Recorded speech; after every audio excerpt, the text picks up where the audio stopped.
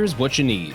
A clean shop towel, cat part 1U8760 chain wrench, cat part 1757546 oil filter cutter group, the correct amount of clean engine oil, a new oil filter gasket, a new cat oil filter, and proper PPE.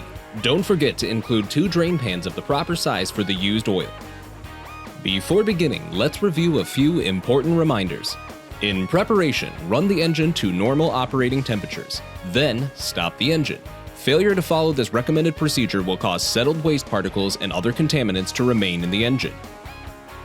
To avoid personal injury throughout this module, do not allow hot oil or hot components to contact the skin. Section 1. Draining the engine oil.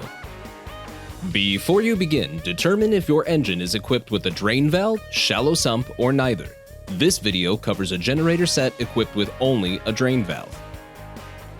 Step 1. Turn the drain valve knob counterclockwise and allow the oil to drain into a suitable container. Step 2. After the oil has drained, put on proper PPE and turn the drain valve knob clockwise to close the drain valve. Section 2. Replacing the oil filter.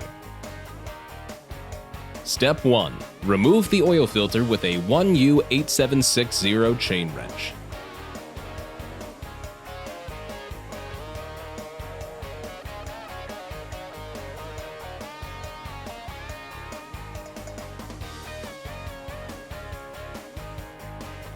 Step 2. Cut the oil filter open with a 1757546 oil filter cutter group.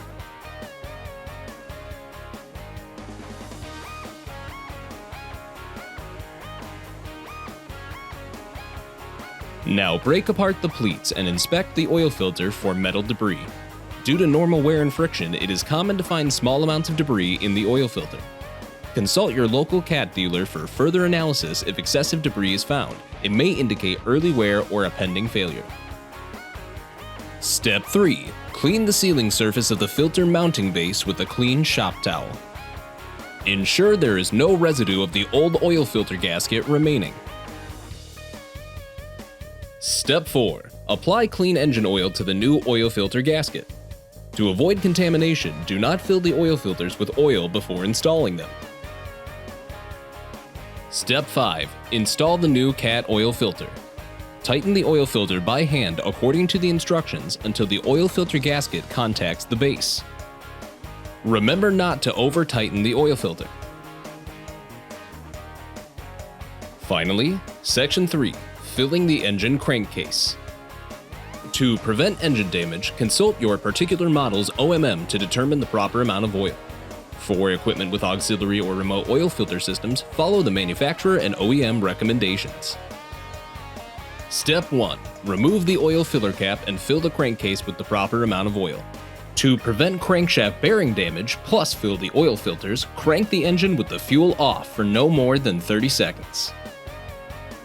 Step 2. Start the engine and run it on low idle for 2 minutes. This will prevent crankshaft bearing damage plus ensure the lubrication system and oil filters have enough oil. Step 3. Inspect the oil filter for leaks. Step 4. Stop the engine and allow the oil to drain for a minimum of 10 minutes.